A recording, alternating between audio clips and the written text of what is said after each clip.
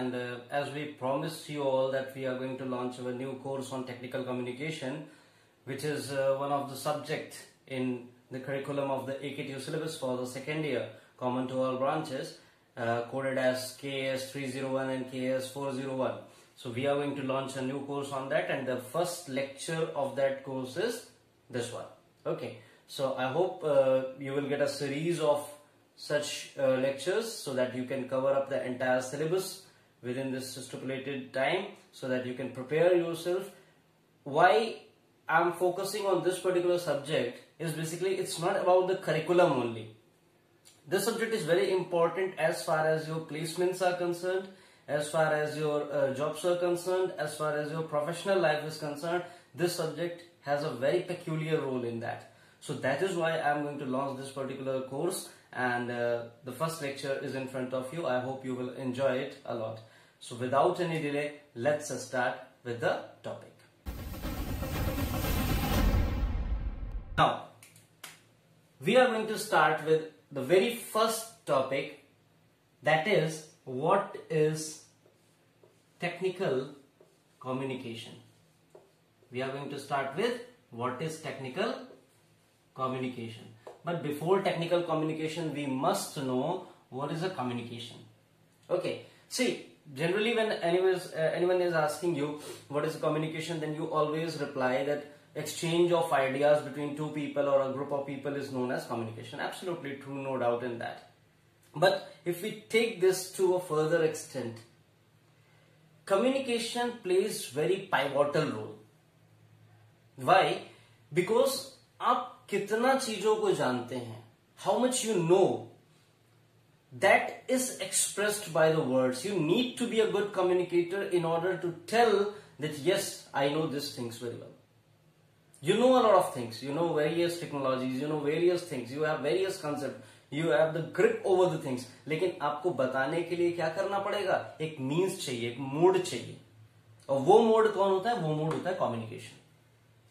Many students are there who have ample of command over the ample of technologies. They are brilliant students, but yet they are not succeeding up to the level which they expect and which they deserve.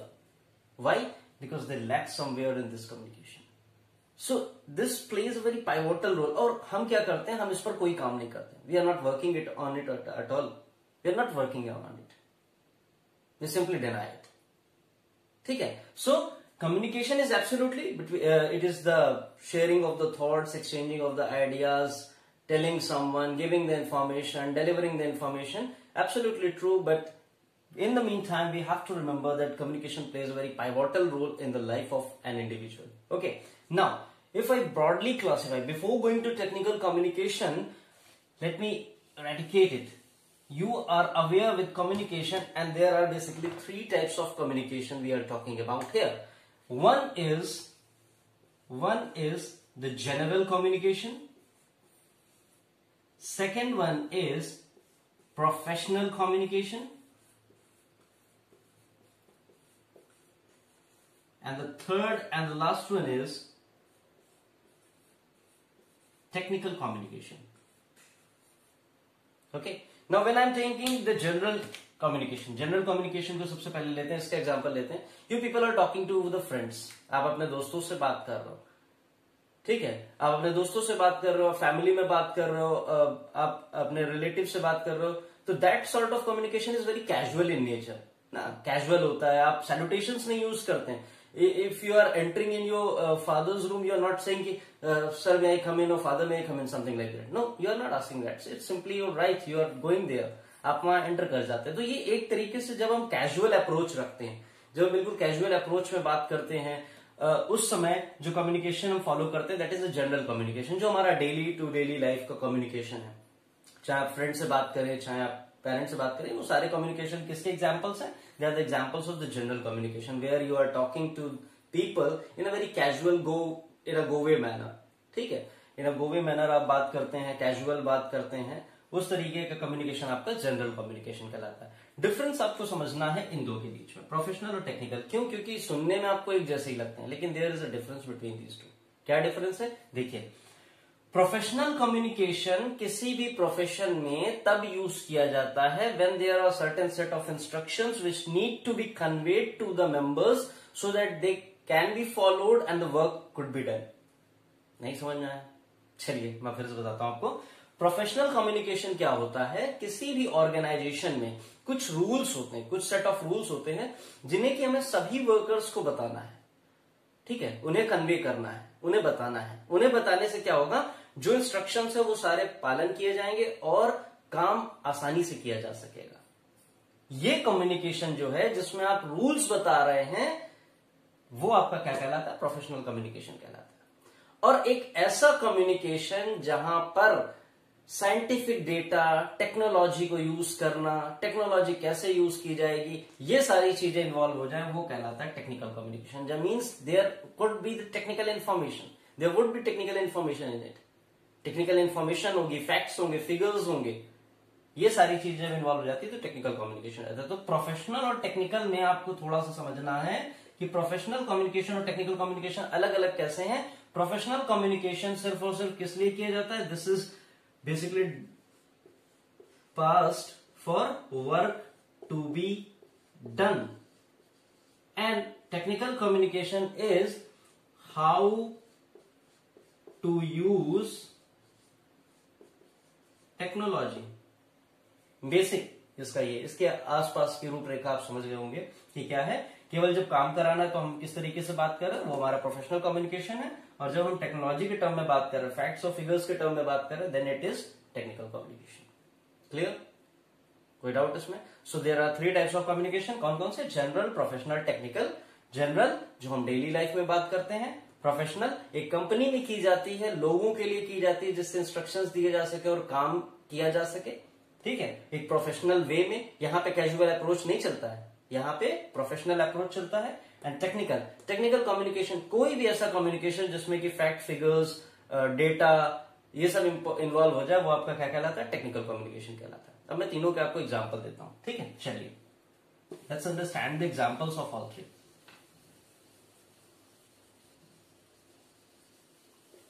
चलिए सबसे पहले अगर मैं general communication की बात करूं, so you are talking to your brother and asking for borrowing the internet through wifi. आपने अपने भाई से कहा कि वाईफाई ओपन कर दो, अपना हॉटस्पॉट ओपन कर दो, मुझे वाईफाई चाहिए। You are not requesting him, you are not writing a letter to him कि काइंडली अलाउ मी या करके इस तरीके से आप नहीं कर रहे। You are simply asking the कि भाई आप अपना हॉटस्पॉट ओपन कर दो, मुझे वाईफाई चाहिए। तो ये चीज है कैजुअल मैनर। तो ये कम्युनिकेशन किस तरीके का हो गया, ये आपका जनरल कम्युनिकेशन हो गया, ठीक है। Now professional communication, when a manager is informing to some of his colleagues कि भाई ये करना है हमें, कि ये काम आज की तारीख में डन हो जाना चाहिए, ठीक है। क्लाइंट्स आ रहे हैं, हमें प्रेजेंटेशन पास करनी है, तो ये काम हो जाना चाहिए। ये किस तरीके का एग्जांपल है, this is the example of professional communication. So guys, we have a lot of work to do, and since clients are coming tomorrow, so what we have to do is we have to complete the presentation and deliver it by tomorrow at any cost. Okay.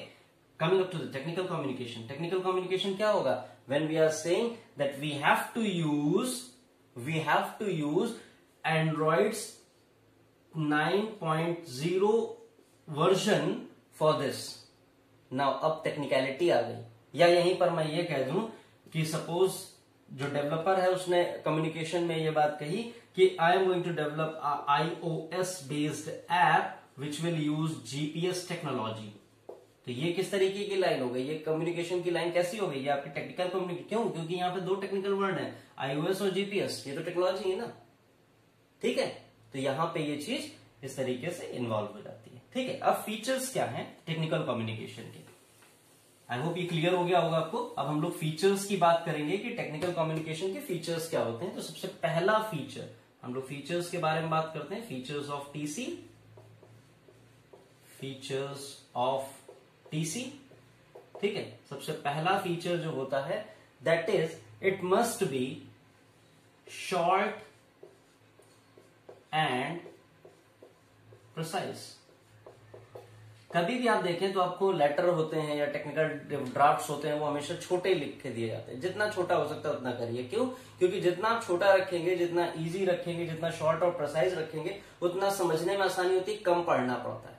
ज्यादा detail में नहीं जाना पड़ता, आपको कम पढ़ करके ज्यादा information मिल जाती है। और यही एक अच्छे टेक्निकल ड्राफ्ट की, एक अच्छे टेक्निकल डॉक्यूमेंट की सबसे पहली प्रीरिक्विजिट होती है। ठीक है, सबसे पहला फीचर क्या है? It must B short and precise. Second one is it must B clear. So clarity होनी चाहिए, क्लैरिटी होनी चाहिए। इंफॉर्मेशन क्या कन्वे कर रहा है? सपोज आप एक सेलफोन आपने बनाया, आप उसकी 4 GB रैम आपने रखी, so you have to mention that yes this cellphone will have 4 GB RAM. और अगर आप वहां पे 4 GB मतलब डेटा को ना लिख करके आप सिंपली लिख दें कि एम्पल ऑफ रैम। अब एम्पल ऑफ रैम का मतलब क्या हो गया? ये कितनी भी हो सकती है ना। किसी के लिए एम्पल का मतलब 8 GB हो गया, किसी के लिए एम्पल का मतलब 12 GB हो गया। ठीक है, आपकी सहूलियत के अकॉर्डिंग एम्पल का मतलब 4 GB हो गया। तो यहां पे क्या है? एम्बिग्यूटी क्रिएट हो रही है, क्लियर नहीं है डेटा। डेटा कैसा है? एम्बिग्यूअस है, एम्बिग्यूटी है, मतलब कई मीनिंग्स कन्वे हो रहे हैं, आपकी सहूलियत के अकॉर्डिंग कुछ और यूजर के अकॉर्डिंग कुछ। तो यूजर क्या होगा? उसमें भ्रमित हो जाएगा। ठीक है, आप डाइल्यूट कर रहे हो अपनी बात को। ठीक है, तो हम यहां पे क्या करते हैं? इस तरीके की स्टेटमेंट्स को अवॉइड करते हैं and we always try to write the things in a very clear manner. बिल्कुल साफ साफ लिखने की कोशिश करते हैं। ठीक है, चलिए नेक्स्ट की बात करते हैं। जितने भी टेक्निकल ड्राफ्ट होते हैं या टेक्निकल लैंग्वेज होती, उसे हम कोशिश करते हैं कि हम बिल्कुल सिंपल रख सकें। उसे हम कोशिश करते हैं बिल्कुल सिंपल रख सकें। क्यों? क्योंकि आप अगर बहुत ही फ्लर्शी इंग्लिश बोलेंगे, बहुत ही डेकोरेटेड इंग्लिश बोलेंगे, you are using top class vocabulary, okay, maybe there are some people who can understand it or maybe there are some people who cannot understand it. तो वहां पे क्या होगा? वहां पे आउट ऑफ कॉन्टेक्स्ट बात हो जाती है। It's like you are speaking Tamil in front of people who don't know it all. वो उस लैंग्वेज को जानते भी नहीं और आप उनके सामने बोल रहे हो। तो आपको इतना सिंपल बोलना है कि लोगों को कन्वे हो सके। क्यों? क्योंकि आपका ऑब्जेक्टिव क्या है? आपका ऑब्जेक्टिव तो यही है ना कि आप इंफॉर्मेशन को कन्वे कर सको लोगों को। ठीक है, तो उसके लिए आपको क्या करना पड़ेगा? You have to use very simple language. बहुत ज्यादा हैवॉकी इंग्लिश नहीं बोलनी है, बहुत ज्यादा हाई क्लास वोकैबुलरी नहीं रखनी। We have to use simple words for that. Next आपकी जो प्रीरिक्विजिट होती है that is it must be informative. Technical draft की सबसे इंपॉर्टेंट बात जो है वो ये है कि it must be informative in nature. इसलिए मैं इसको क्या करता हूं? इसलिए मैं इसे सर्कल कर दे रहा हूं। ये सबसे इंपॉर्टेंट चीज है। कुछ ना कुछ इंफॉर्मेशन कन्वे करना चाहिए उसे।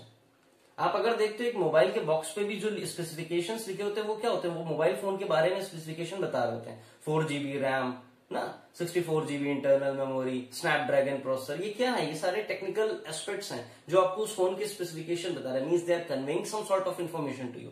तो वहां पर क्या है? इंफॉर्मेटिव है। ठीक है, उसके बाद नेक्स्ट पर आ जाते हैं।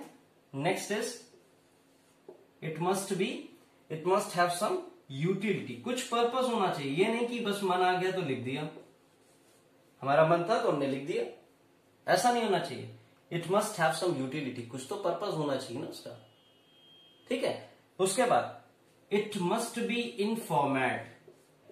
अगर रिटन डॉक्यूमेंट है तो एज पर फॉर्मेट। अगर रिटन डॉक्यूमेंट है तो हर डॉक्यूमेंट का अपना एक फॉर्मेट होता है, उस फॉर्मेट को फॉलो किया जाना चाहिए। नहीं तो फिर वो क्या होगा? वो इनफॉर्मल हो जाएगा। यहां पे फॉर्मल ड्राफ्ट हमें लिखने हैं तो we have to keep in mind that we have to follow the formats. We don't have to temper the formats. हमें फॉर्मेट्स को टेम्पर नहीं करना है, हमें उन फॉर्मेट्स पे स्टिक रहना है। अगर लेटर इस तरीके से लिखा जाता है तो उसी तरीके से लिखा जाएगा। आप उसको कैजुअल एक चिट के फॉर्म में नहीं लिख सकते। ठीक है, so you have to use that also. उसके बाद 7th पॉइंट, जब आप रिटन की बात करते हैं या ओरल की बात करते हैं तो सबसे इंपॉर्टेंट होता है, कई लोग करते हैं कि एक ही चीज को कई बार दोहराते हैं, एक ही बात को कई बार दोहराते हैं। आप रिटन डॉक्यूमेंट में भी एक ही चीज को कई बार लिखते हैं।